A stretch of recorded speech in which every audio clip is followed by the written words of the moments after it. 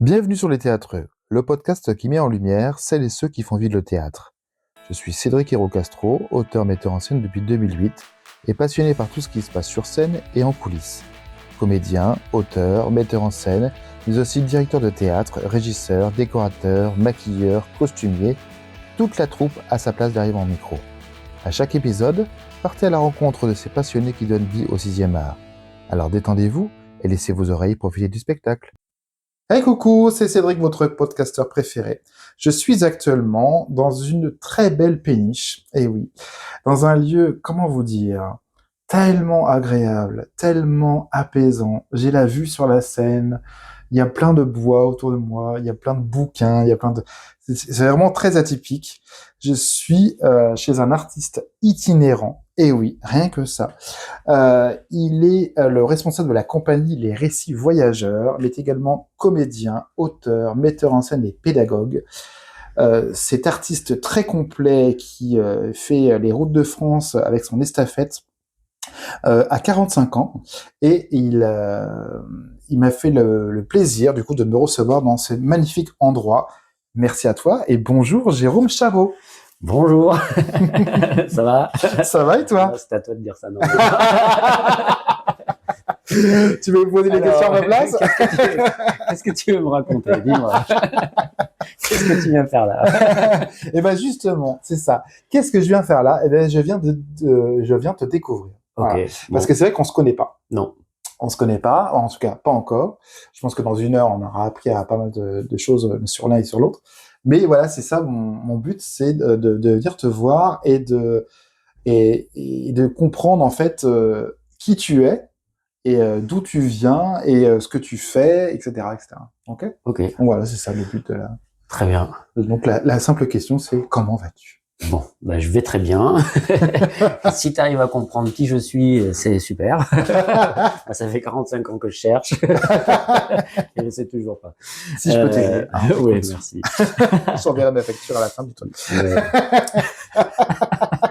Chouette. Je me disais, c'est louche cette histoire. Eh ouais. Il vient, mange un peu d'houmous, il s'en va. C'est moi le psy itinérant. C'est ça le psy itinérant. Et oui, il faut le dire aussi que franchement, tu me reçois, alors digne comme un rose, qu'on a l'apéro tranquille, alors on boit que du soft, hein, évidemment, mais c'est très agréable et vraiment, je te jure, vraiment cette vue, comment te dire, moi je suis, on dirait un tableau quoi. C'est fou. Ouais. C'est fou, hein. Évidemment, je posterai une magnifique photo du lieu parce que ça vaut vraiment le coup. C'est très, très agréable. Et surtout quand tu sors du bureau et que tu viens là, tu dis waouh, je suis où? Je suis encore en Île-de-France. C'est encore l'Île-de-France, ouais, c'est encore la banlieue, mais c'est le village d'Astérix ici. Ouais, ah mais total, voilà, total. On est un peu protégé, donc ça aide à la création et au repos de l'esprit. C'est très agréable. Et de l'âme. Et oui. Alors du coup, qui est Jérôme Chabot?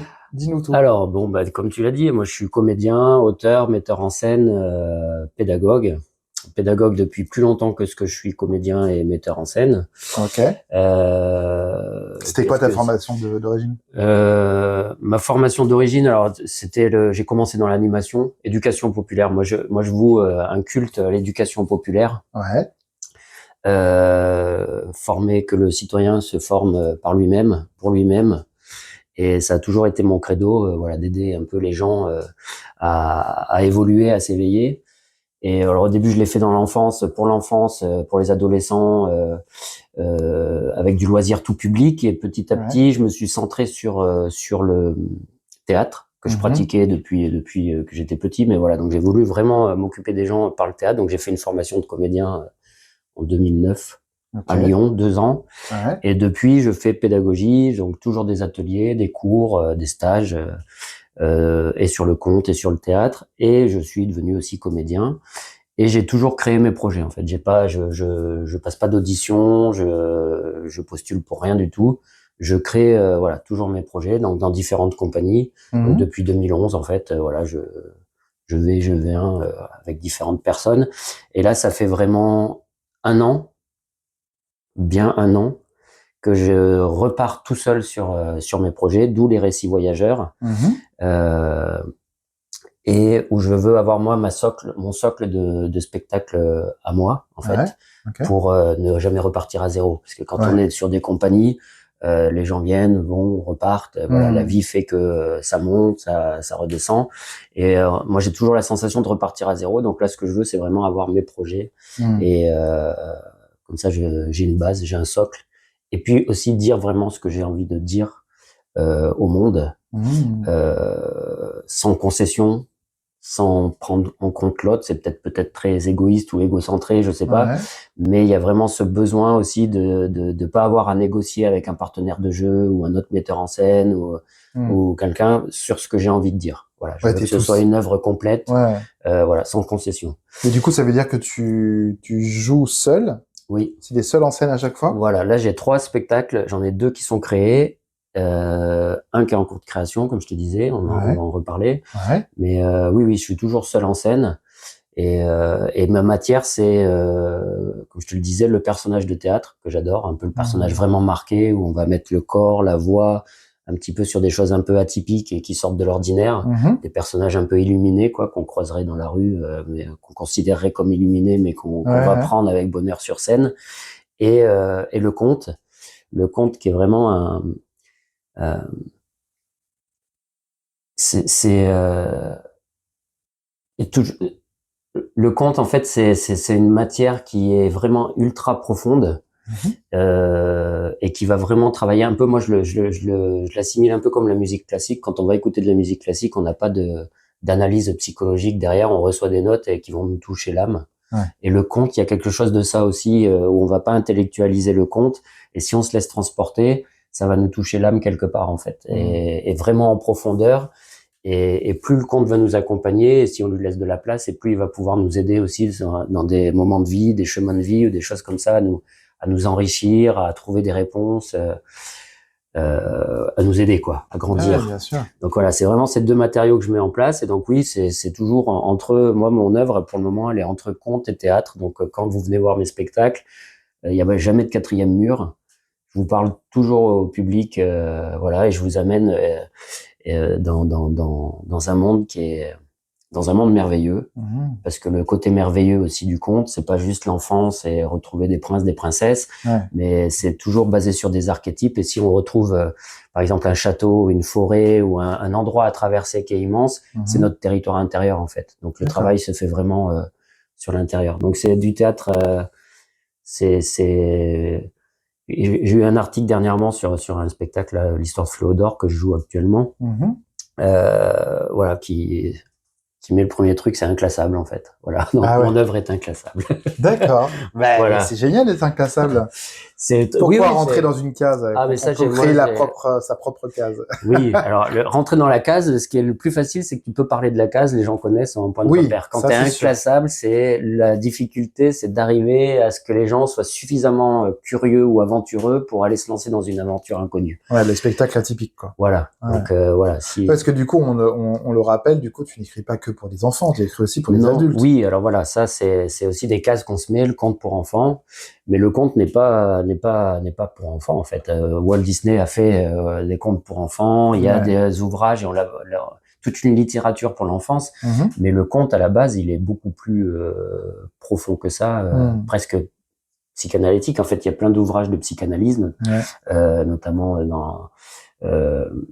sur l'interprétation des contes de fées et tout ça, et vraiment où c'est un chemin très profond dans l'homme et dans l'adulte aussi, par rapport à plein de choses.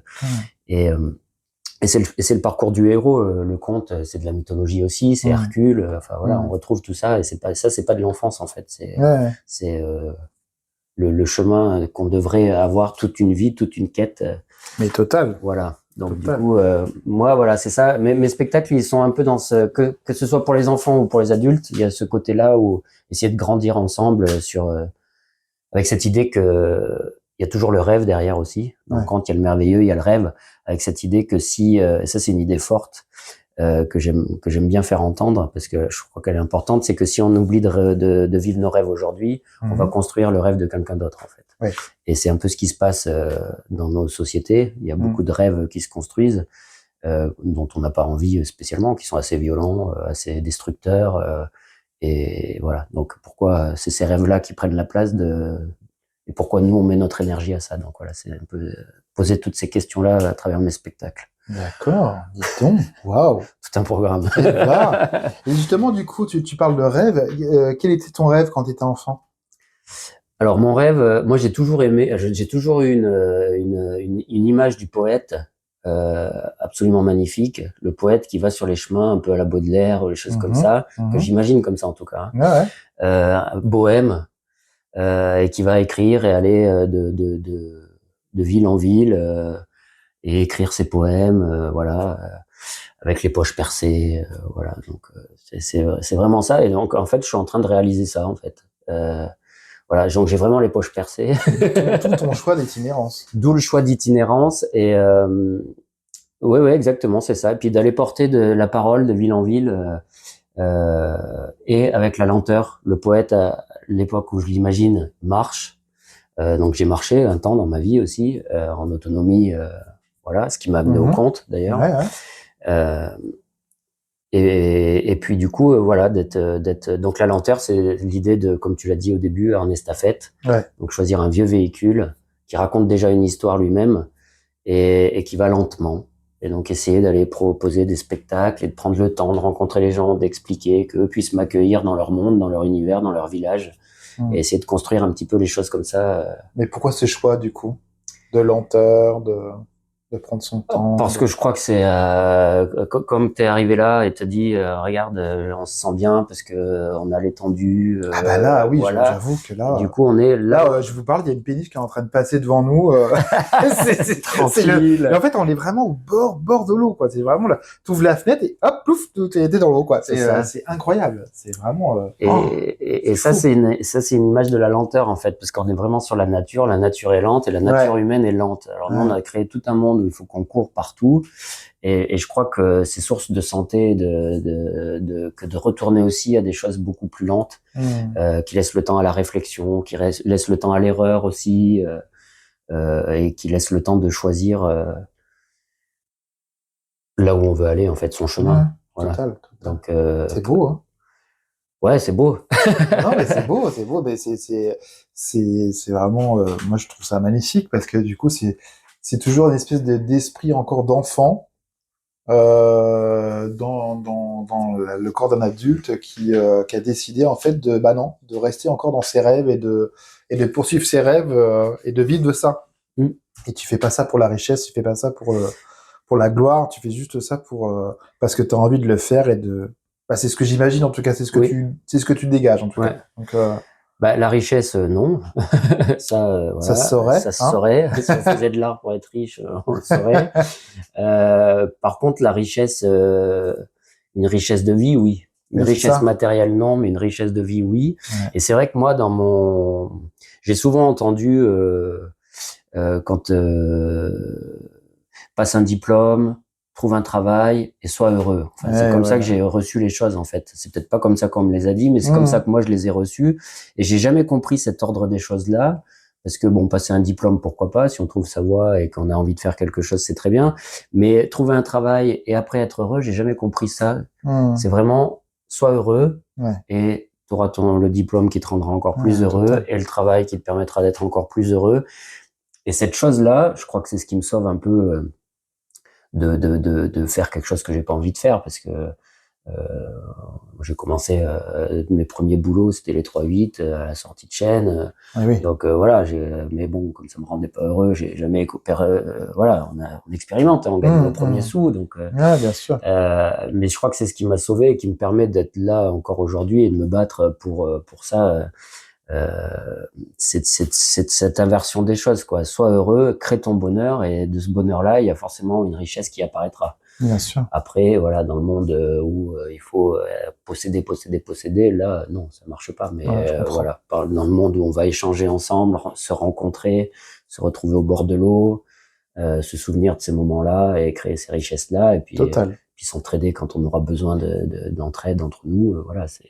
Et je trouve ça très beau, et moi je sais que, je l'ai déjà dit pendant ce podcast, mais c'est quelque chose que je retrouve grâce aux invités, c'est-à-dire que je retrouve de la bonté dans l'humain.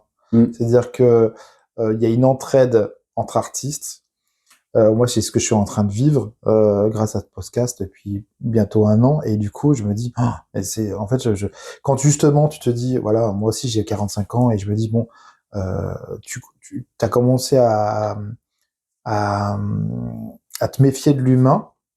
Et j'ai voulu me rapprocher justement d'un truc très simple, d'aller à la rencontre de tous ces artistes et de simplement de discuter et de voir qu'il y a encore de la bonté chez les gens et de la simplicité et voilà. Et je trouve ça très admirable et une philosophie de vie qui est qui peut donner pas mal de leçons à beaucoup de monde. Donc bravo déjà. Des leçons, je sais pas, mais des exemples peut-être. Ouais. On peut se raccrocher. Total. Moi, j'ai toute une image dans un spectacle, l'histoire de Flo d'Or que je défends, Ouais. où et à un moment donné, il y a deux hommes qui se mettent à rire parce qu'ils comprennent quelque chose ensemble et ils rient, ils rient, ils rient, et c'est un rire qui devient fou, un rire qui devient éclat, et ces éclats de rire s'éparpillent parmi les étoiles. Et c'est à ces éclats de rire-là qu'on peut se raccrocher quand la vie est un peu difficile, qu'elle nous offre des tracas, qu'elle nous destine des dessins parfois bien mystérieux, et ben on peut se raccrocher au rire des gens et se dire que voilà, il y a le creux de la vague, mais il y a aussi le bonheur qu'on peut retrouver. Total. Donc donner des leçons, moi je suis pas un donneur de leçons, en tout cas j'essaye de pas l'être. Mes spectacles, il y a rien de dogmatique dedans. C'est vraiment, tout est toujours ouvert. C'est des questions. Il y a des choses, hein, il y a des apprentissages, il y a des proverbes, des maximes, des petites, des sagesses. C'est très philosophique, mais toujours avec l'idée on ouvre les portes et chacun se nourrit ou cuisine ça à sa sauce, en fait. Il y a pas de, ça c'est le modèle qu'il faut avoir. Par contre, voilà, si on peut être un modèle à un moment donné, moi je sais que j'ai beaucoup bougé quand même, et parfois juste le fait de dire tiens, je suis voyageur ou itinérant, ça réveille quelque chose dans l'œil des gens qui repétient, et ça leur redonne quelque chose. Bien sûr. Et voilà, je leur ai pas dit il faut faire ça. Mais en même temps, le fait d'arriver avec c'est possible, et d'arriver avec une certaine énergie, ça, voilà, donc et c'est juste l'énergie de rester heureux le plus longtemps possible, en fait, hein. C'est avec ses choix et ce qui nous anime au fond, ce qu'on a depuis notre naissance, mais qu'on met dans des cases et des cartons bien souvent. Alors revenons justement un petit peu à ton enfance. J'aimerais connaître quel est ton premier souvenir théâtral. Alors le tout premier souvenir, qui est pas vraiment un souvenir que j'ai, mais il y a une photo, donc qui le prouve. C'est la maternelle. Donc un souvenir très lointain, avec un joli costume en papier crépon, tu vois. Et avec Jérôme qui a pas du tout envie d'être sur scène, qui pleure, qui pleure, et qui coule sur le papier crépon, et du coup toutes les couleurs, tu sais, le papier crépon, quand oui, bien sûr. Ça s'étale partout, et donc là j'ai une photo de moi avec le truc qui coule dans tous les sens, le machin. Je suis en bout de scène, il y a tous les copains qui sont contents et moi qui chiale de pas vouloir monter sur scène. Voilà, ça c'est le tout premier souvenir. Waouh. Ok. Avec la maîtresse qui se met en colère parce que il y a quand même le spectacle à faire, mais bon, moi j'ai 3 ans, je m'en fous. J'ai pas envie d'être là. Donc mon premier pas sur scène, c'est que j'ai pas envie d'y aller, quoi. Ça a changé. Fait. Voilà. Et qu'est-ce que, du coup, à quel moment t'as eu un déclic en se disant, en fait, j'ai envie de faire ça? Et j'ai fait du théâtre toute mon enfance parce que mon père faisait du théâtre, et il animait des ateliers théâtre dans le village où on était. Donc j'ai été avec mon père à faire des ateliers théâtre avec d'autres petits professeurs, voilà. L'adolescence, on laisse un peu tomber le théâtre parce que on a plutôt envie d'aller boire des coups avec les copains et d'aller fumer des cigarettes derrière la mairie, quoi, ou derrière l'église. Voilà. Et après on revient parce qu'il y a quelque chose à raconter, en fait. Et que de prendre la place sur scène, c'est une chance inouïe. On peut le faire en étant homme politique, par exemple. Voilà, moi, c'était pas des énergies qui me plaisaient plus que ça. Il y a plein d'autres manières de prendre la parole, mais voilà, il y a ce besoin d'aller exprimer quelque chose quand même, et exprimer tout ce que je viens de te raconter, en fait. Bien sûr. Et puis j'adore créer, quoi. Donc clairement, moi, chercher des solutions pour que l'histoire soit cohérente, pour que amener le public dans la meilleure magie possible, dans les meilleures conditions possibles, qui fasse un voyage extraordinaire. Ça, moi, ça J'adore ça en fait. Je pourrais passer mon vie que à créer, quoi. Presque plus que jouer, presque. Ah ouais. Le truc de créer, de réfléchir, d'écrire, de créer, de chercher. Ouais, j'adore ça en fait. Et c'est quoi ta méthode justement pour créer? Dans quel état d'esprit tu te mets?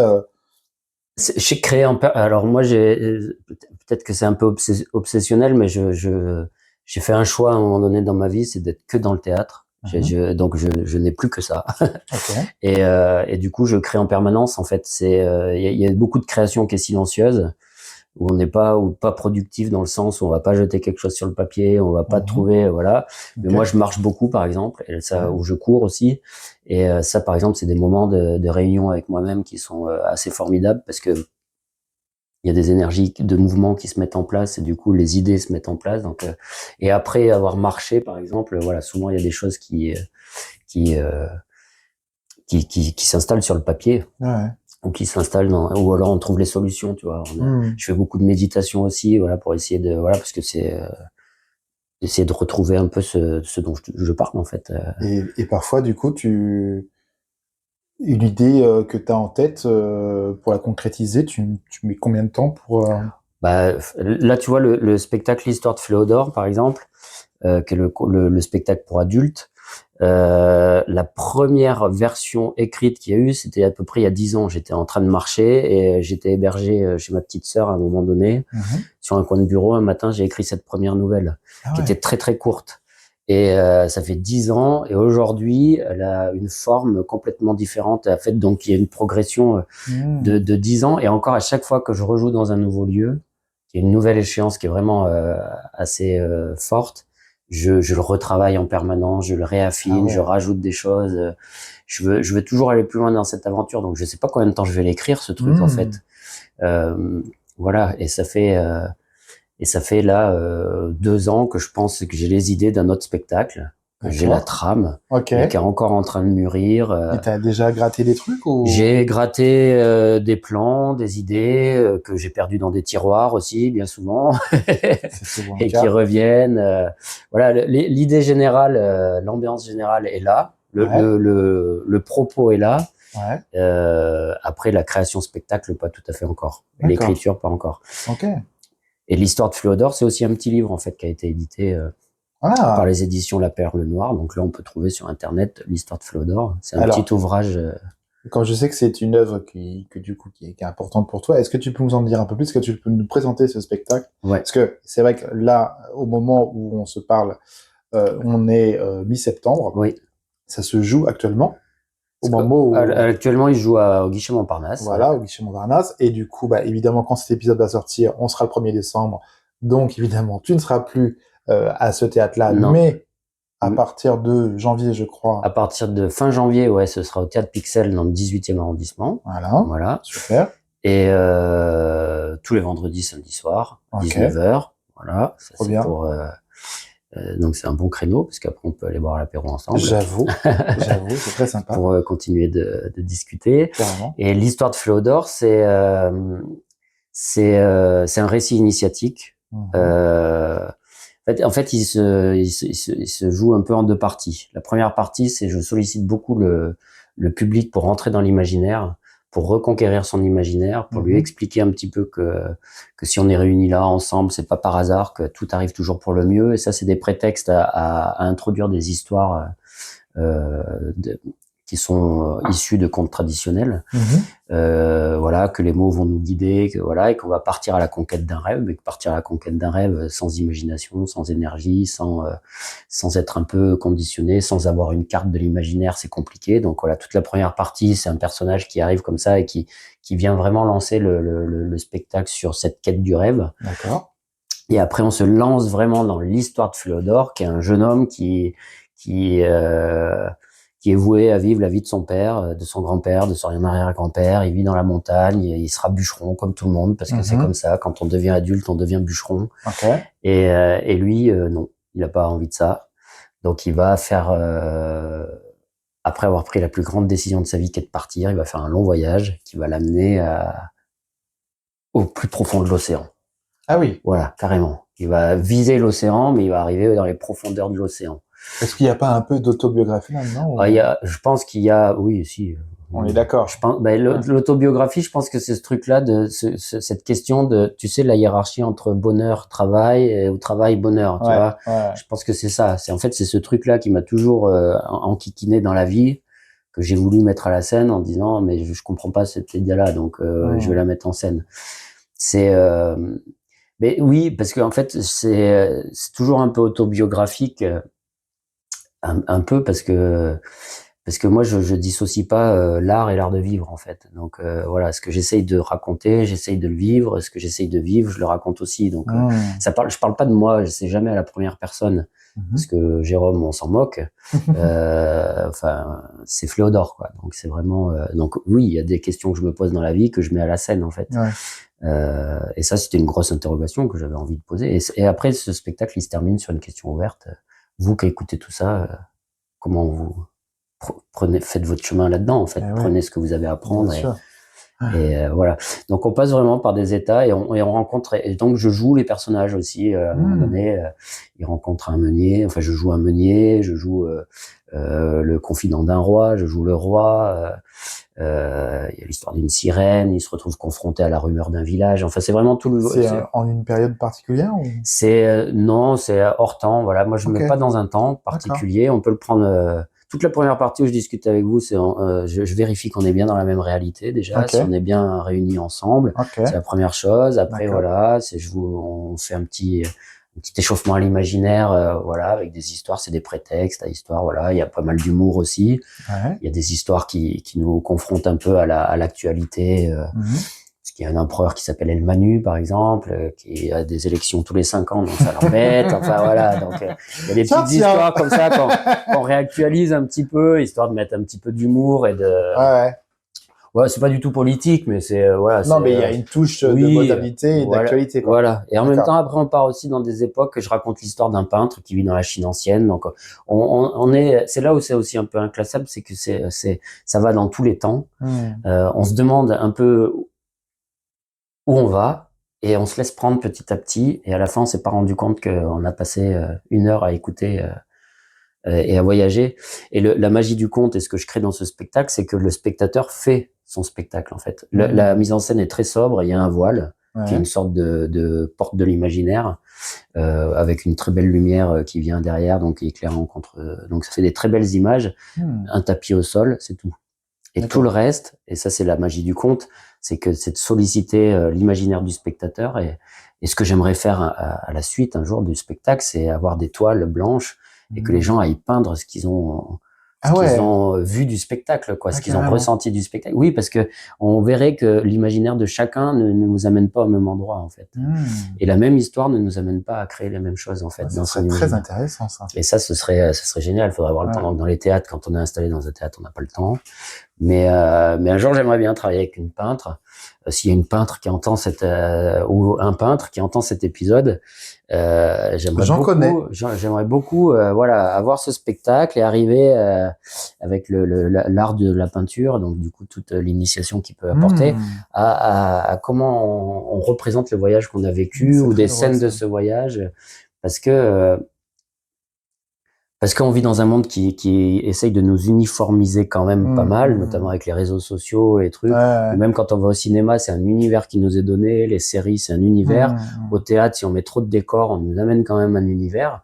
Ce que j'adore, j'adore plonger dans l'univers de quelqu'un. Mais moi, ce que je recherche, c'est vraiment que chacun retrouve l'énergie de son propre univers, en fait. C'est drôle que tu dis ça parce que je pourrais te présenter quelqu'un. Parce que l'épisode qui sort la semaine prochaine, Christophe Lapara, qui m'a reçu il y a quelques semaines dans un joli appartement dans le 10e arrondissement. C'était encore l'été, on était dehors, on se faisait bouffer par les moustiques. C'était chouette. C'était chouette.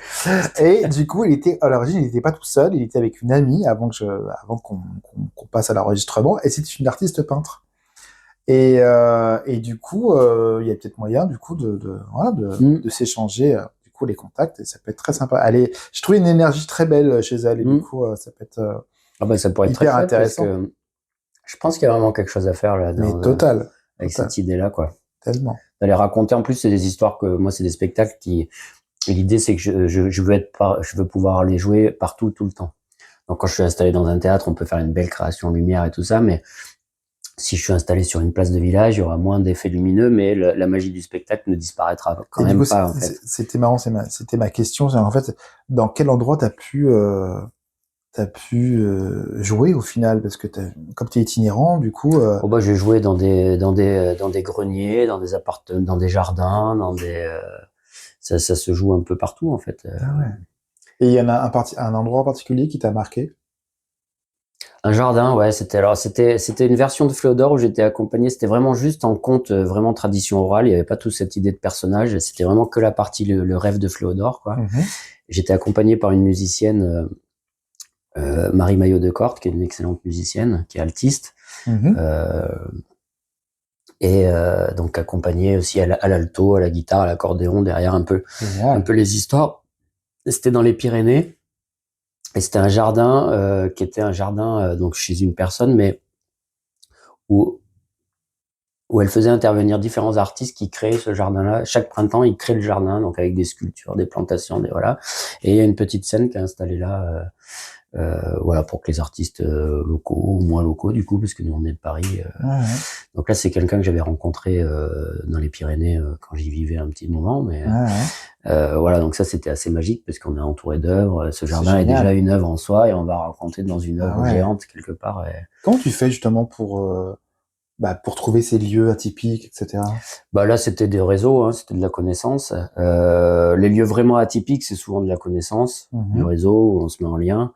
Après, pour les théâtres, c'est comme comme pour tout le monde. Comme pour tout le monde, on cherche, on aura des mails, on frappe aux portes, s'il vous plaît, je suis un génie, croyez en moi.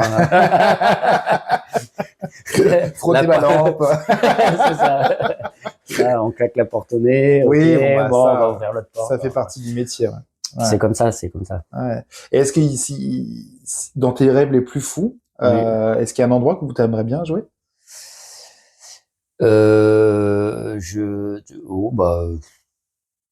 Très vague, hein, tu peux. Ouais, non, j'ai pas. Bon, mais plus fou, moi, je veux faire les plus grandes salles parisiennes. Un jour. Quand même, ouais. Voilà. Et puis après, je veux jouer. Mais en fait, j'aimerais faire les plus grandes salles parisiennes comme le plus petit café de village où il y a personne, quoi. Moi, j'aime. C'est vraiment l'itinérance, c'est ça pour moi. Il y a pas de limite, en fait. Mais en termes de public, du coup, quel était ton plus grand public? Tu te rappelles? Oh, le plus grand en termes de quantité. J'ai jamais fait de grandes salles. J'ai fait 50-60 personnes. Voilà. C'est génial. Après, ça se prête très bien à ça aussi parce que c'est assez intimiste. Oui, c'est ça. C'est ton style de théâtre. Là, voilà, ça marche bien. Voilà. Après, si je pouvais faire voyager 2000 personnes en même temps, plus peindre après 2000 toiles sur le truc. Ce serait énorme. J'avoue. Voilà. Le projet est lancé. Voilà, contactez-le en DM. S'il y a des énergies pour ça, on se rend compte. Mais oui, mais je suis sûr que ça existe. Mais voilà, après c'est une performance. Hein, ça peut se créer, quoi. Après, il y a le fait d'agir un peu tout seul, il y a des limites aussi. Donc voilà, après c'est des associations, c'est des rencontres, mais il y a plein de choses à faire. Ouais. Est-ce que tu parlais d'inspiration, notamment avec la nature, etc. Mais est-ce qu'il y a des gens du théâtre qui t'ont inspiré aussi pour faire ce métier et puis un style de théâtre du coup qui t'a marqué pour pouvoir justement aller vers cette itinérance notamment Alors l'itinérance Molière, puisque voilà. Et oui. Évidemment. Donc c'est cette époque, moi j'adore, hein, quand il fallait aller lentement d'un endroit à l'autre. Mais bon, c'était la même quête. Voilà, j'adore l'univers de Tim Burton et le jeu de Johnny Depp par exemple. Donc ça c'est des sources, voilà, sur l'histoire de Fléodore. C'est vraiment un petit peu un univers un peu comme ça que j'essaye d'amener. Voilà, c'est pas une copie, mais voilà, mais une inspiration. Ouais, il y a ce côté-là. Un côté Tim Burton. Voilà, avec du décalage, mais en même temps. Et par exemple, Big Fish, j'adore parce que on est dans une réalité, mais en même temps on part dans un rêve. Et voilà, moi c'est tellement beau ce truc-là, je trouve ça assez merveilleux d'arriver à nous faire voyager dans qu'est-ce qui est vrai, qu'est-ce qui est pas vrai, finalement, voilà. Et amener du merveilleux dans la réalité, je trouve ça magnifique en fait. Donc Donc voilà, c'est des choses que moi j'essaye de faire. Après au niveau conteur, c'est Jihad Darwish qui est, je sais pas si les gens connaissent, mais qui est un conteur qui est libanais, qui vit en France depuis très très longtemps et c'est sa grand-mère qui lui avait raconté ses premières histoires pendant la guerre, pour quand il y avait des bombardements, les calmer, s'enfermer dans une pièce, elle racontait des histoires, et du coup lui, en arrivant en France, il raconte, et en 3 mots, alors lui, il a le sens, en 3 mots, tu pars, lui, c'est un génie du conte, quoi. Voilà. Ouais. Pepito Matteo, dans le conte, toujours, dans l'histoire, où lui joue vraiment beaucoup plus avec les mots, et il vient du théâtre un peu plus, et voilà, qui a une magie dans les mots aussi qui est formidable. Au niveau théâtre, Joël Pomera, alors ça, bon, pour moi, c'est un génie hors catégorie, Ariane Mouchkine, enfin bon, rien de très original, Non, c'est magnifique. mais juste des trucs grandioses, quoi. Donc, voilà, c'est un peu tout ça. Pipo Del Bono aussi, j'ai vu des spectacles. Le Pipo Del Bono, j'avais vu un spectacle, j'avais trouvé ça génial, c'est qu'il avait un ami qui était handicapé, porteur de handicap, donc voilà, il lui avait mis des ailes d'ange et il le laissait traverser la scène comme ça. Ah, c'est beau. Et du coup, il allait dans la salle, voilà, il faisait partie du spectacle avec un rôle d'ange, un ange passe, quoi. Et Ah ouais, ouais. Voilà. Puisque c'était pas, il pouvait pas lui donner un rôle. Bien sûr, bien sûr. Ouais, donc je trouve qu'il y a des idées de génie, voilà, dans plein de domaines, parce que c'est comment on laisse la place à chacun. Ouais, j'avoue. Et notamment quand on fait des ateliers ou qu'on se retrouve dans les écoles, il y a les classes. Oui, parce qu'il faut le rappeler aussi, t'es aussi pédagogue. Oui. Donc alors, qu'est-ce que tu fais exactement? Et atelier théâtre, atelier conte. Et alors moi, je fonctionne sous forme de stage, puisque je suis itinérant, donc je peux pas, j'ai pas envie de m'arrêter tous les lundis pendant 1 an à être au même endroit. Donc c'est vraiment, je condense sous forme de stage. En plus, je trouve qu'il y a une sorte de richesse à être dans une aventure pendant 15 jours, 1 mois. Dans une école, là, en mars, j'étais dans une école à Beauvais, avec des CP. Pendant 1 mois, moi, j'ai raconté un peu des histoires et après, eux ont créé leur spectacle. Génial. Donc, j'allais les voir tous les jours et c'était assez magique parce que, du coup, eux, ça les sort aussi de l'école, du quotidien. Pendant 1 mois, c'est une aventure complètement folle pour eux. Et l'idée, c'est toujours ça, alors c'est pas tant d'avoir une réalisation finale, là, pour le coup, mais c'est vraiment le chemin qu'ils vont avoir, prendre conscience de qui ils sont, de leurs idées, d'arriver à les exprimer dans le groupe, d'arriver à écouter les idées des autres. Voilà, c'est tout ce qui fait un peu société, voilà, tout ce qu'on peut apprendre quand on est enfant, tout ce qui peut faire un peu plus société et qu'on arrive à collaborer, quoi. Voilà, tous les outils. Et après, du coup, on fait quand même une petite création parce que c'est valorisant et c'est toujours bien de voir une démarche artistique, mais quand on est en CP, c'est pas le plus important, c'est vraiment c'est l'écoute beaucoup et comment on écoute son copain et comment on prend l'idée du copain, la sienne, et qu'ensemble on fait une 3e voix, quoi. Et ouais. Voilà, donc c'est vraiment ça et ça j'ai toujours adoré, mais transmettre, quoi, que ce soit j'ai fait tous les publics, de la maternelle au senior, comme on dit. Ah ouais.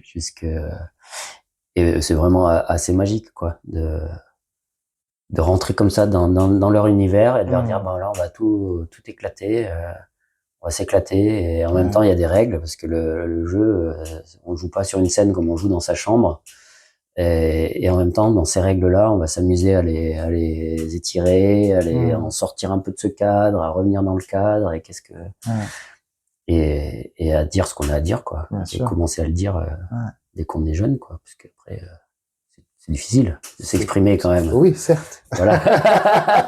C'est pas toujours évident quand on est adulte, donc c'est vraiment un outil. Le théâtre, j'ai trouvé que c'était un outil, au début, je travaillais vraiment avec les jeunes, notamment avec les ados, et pas sur tous les domaines, quoi, entre l'expression orale, l'expression corporelle, le corps de l'autre, jouer et puis créer ensemble, quoi, vraiment.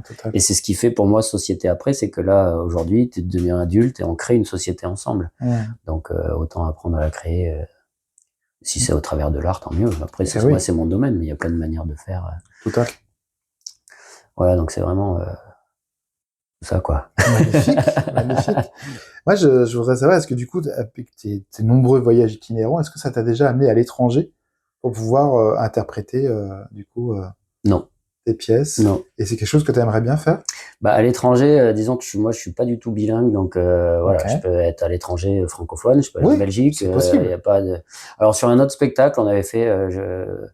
Avant, je travaillais avec une compagnie sur un spectacle jeune public. Et oui, on est allé jusqu'en Belgique pour jouer. Ok. Après, il y a plein de pays francophones, hein, tu Oui, sais. oui, oui. Bah, après, je peux aller trop loin. Ouais. Je me poserai la question parce qu'il y a la question du voyage. Moi, que j'aime bien le déplacement. Ça fait vraiment sens pour moi si c'est juste prendre l'avion pour aller jouer un spectacle, revenir, il y a pas de sens pour moi à faire ça en fait. Ouais. Parce que c'est pas un voyage qui m'intéresse. Et si tu fais ça sur un voilier pour aller au Canada, par exemple, non? Ça m'intéresserait plus. Ça peut être intéressant, voilà, ça. ça m'intéresserait plus. Bon, bah voilà.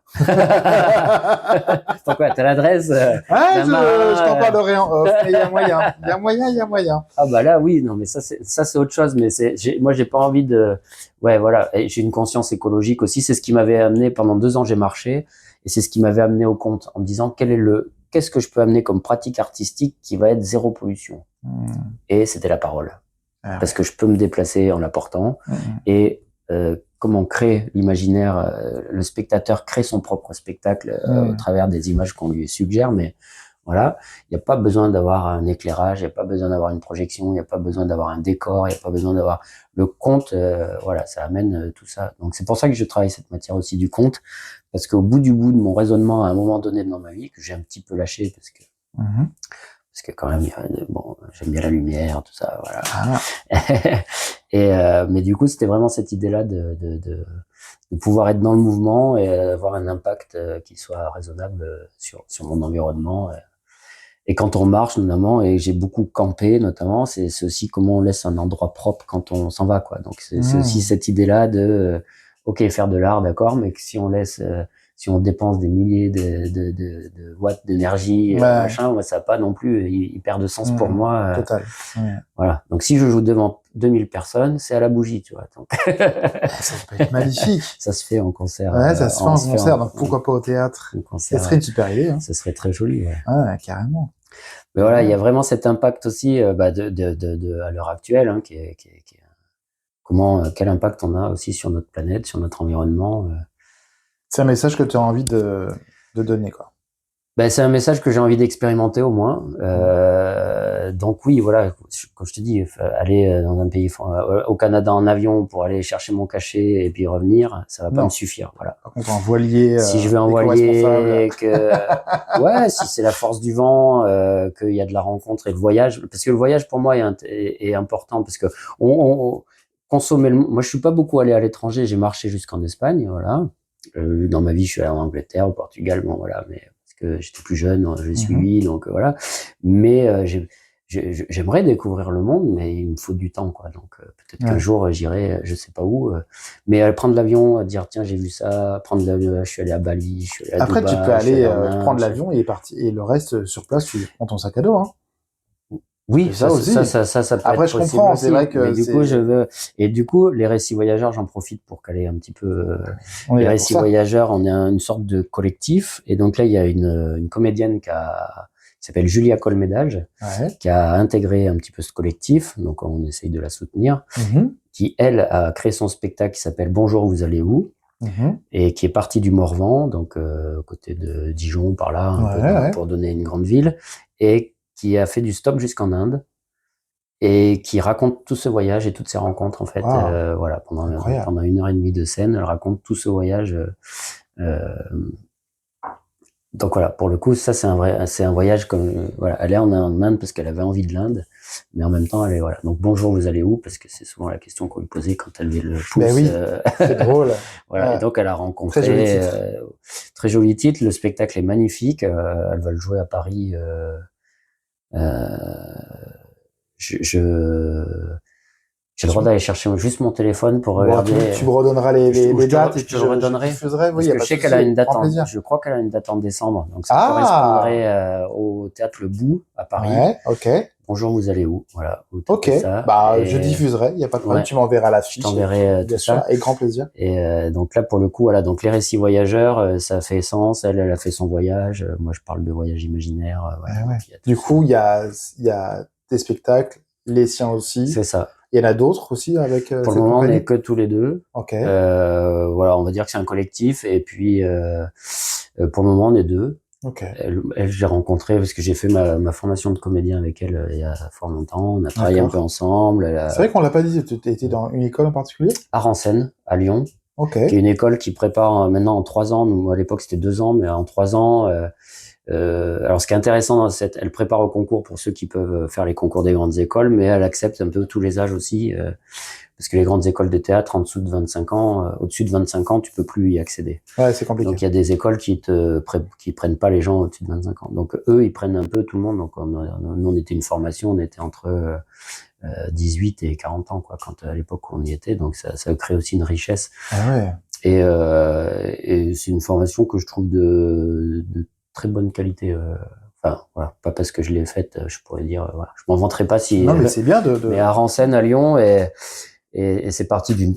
Moi, j'ai vu parce que quand je suis arrivé, c'était peut-être la 5e année qu'ils étaient en. J'avais fait des stages clown chez eux parce qu'ils font plein de choses. Ah ouais, Et ils font des stages, il y a l'école pro, et enfin il y a plein de petites choses. Et du coup, j'ai vu progresser aussi l'école dans ses locaux, dans ses machins. Et du coup, c'est un super, très beau projet. C'est Eric Zobel qui tient ça, ok.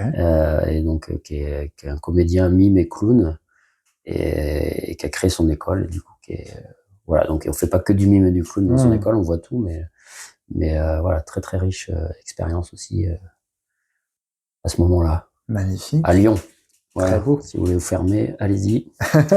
Les yeux fermés, vous serez pas déçus. Alors c'est l'instant promo du coup. Alors on le rappelle du sort du coup. Bah là tu seras déjà sorti en décembre, tu seras déjà sorti du guichet Montparnasse. Ouais. Mais du coup quelles sont tes prochaines dates et tes projets à venir? Dis-nous Alors tout. les prochaines dates. Alors il y a l'histoire de Fléodore. Donc ça c'est le spectacle pour adultes où on part vraiment dans un monde imaginaire. Voilà. Se jouera au Pixel, donc dans le 18e arrondissement, de fin janvier à fin février. Il y a 8 représentations. Donc là j'ai pas pile poil les dates en tête, mais voilà, ça doit être peut-être du 23 janvier au dernier week-end de février. Mhm. Les vendredis, les samedis à 19h. Donc Ok. on vient, vous venez au théâtre, et puis après, je ramasse, on peut aller boire un verre ensemble. Moi, on va toujours, pour ceux qui le souhaitent, discuter après. Sympa. Euh, voilà, Fléodore sera dans un festival à Ramatuelle en mai aussi. Donc là, on descend dans le sud de la France, Eh oui. vraiment. Et puis, voilà, ça c'est pour l'actualité. Il y aura peut-être des dates, mais plus privées pour le spectacle jeune public à Noël. Voilà, je sais que je vais jouer à Montauban, mais ça c'est pour les cheminots, donc c'est pour les enfants des cheminots, donc Bah c'est très c'est bien. des Moi dates je suis un plus. enfant de cheminot. Ouais, Voilà, non, mais c'est très bien, mais c'est des dates privées, quoi. Donc du ouais, coup, ouais, je comprends. pour le moment, voilà. Et les prochains projets, alors ça c'est un appel. Moi, je viens jouer partout, et à partir du printemps. Donc je suis en train de créer, voilà, je vais quand même parler de ça. Donc je voyage en estafette, et avec cette estafette qui fait un peu un fond de scène où je peux m'installer partout parce que c'est un très beau véhicule D'accord. qui est ancien, donc qui raconte déjà plein de choses. Super. Et là, l'idée c'est de les m'installer sur les places de village. Et j'ai créé un programme qui s'appelle le menu estafette ou compte à la carte, et où Mmh. je vais sur les cafés en collaboration avec les bistrots, les cafés villageois ou les choses Très comme ça, sympa. pendant que eux ils servent de leur carte de boisson ou de restauration. Moi, je restaure les gens avec ma carte à Ah c'est histoire. chouette. Et donc, on peut commander une histoire que je raconte soit à table en petit comité, soit je raconte l'histoire à la terrasse si les gens veulent l'offrir à toute la terrasse. Enfin, suivant, voilà, tout peut Ouais, se ouais. modeler suivant l'échange qu'on a avec le café villageois. Ça peut être pendant un festival, ça Ouais. peut être juste pour animer leur été. Voilà. Et puis moi, je me déplace comme ça après à 70 km/h de village en village, Trop bien. voilà, sur la route. Et puis après, ben, avis à tous ceux qui veulent découvrir mon univers. Je reste disponible Mais pour en total. discuter et puis aller jouer partout, tout le temps, Est-ce n'importe que où. tu connais parce que ce type de théâtre que moi j'apprécie beaucoup parce que grand fan de Molière et du coup le côté on se déplace et puis c'est le théâtre qui vient à vous. Euh, Il y a un truc qui s'appelle alors mes parents sont en Bourgogne. Ouais. Donc, quand t'as parlé de Dijon tout ça évidemment le Morvan Oui. j'adore Ouais, ouais. voilà et et en fait il y a un festival qui est dans le village qui est juste en bas de chez eux.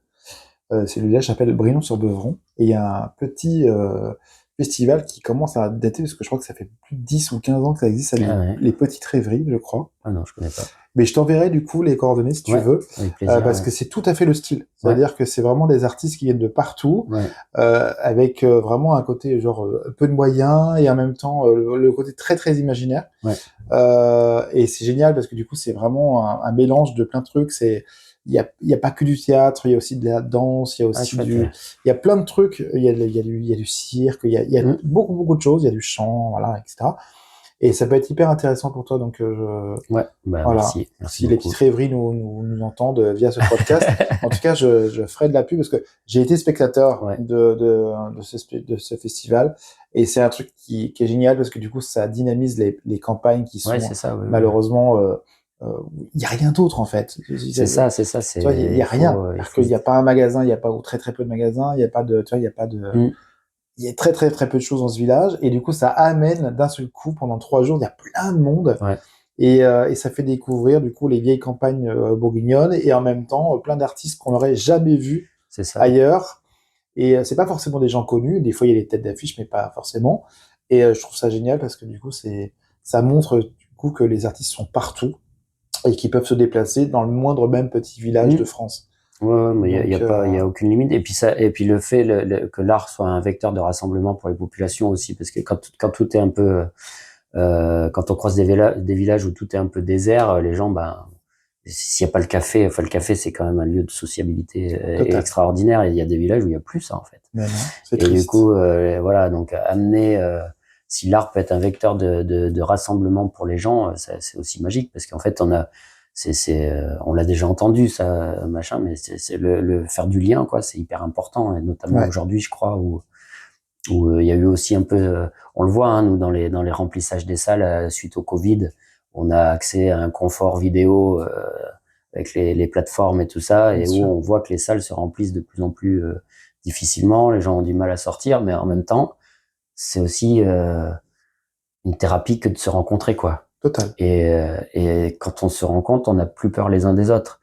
Donc parce qu'on se connaît et que voilà. Et ce qui fait peur, c'est l'inconnu. Donc voilà, faut ressortir et reprendre possession de ce qui nous appartient, l'espace public, grâce aux arts, à plein de choses, hein, au marché, à l'artisanat, à plein de tout ce qu'on veut, mais faut pas rester enfermé comme ça plus longtemps. Eh ben écoute, tu sais quoi, ça sera le mot de la fin, parce que je pense que j'invite les gens à découvrir ton univers, parce que je pense qu'on peut vraiment parler d'un univers. Je te remercie beaucoup, Jérôme. Merci à toi. Pour ce 23e épisode des Théâtreux.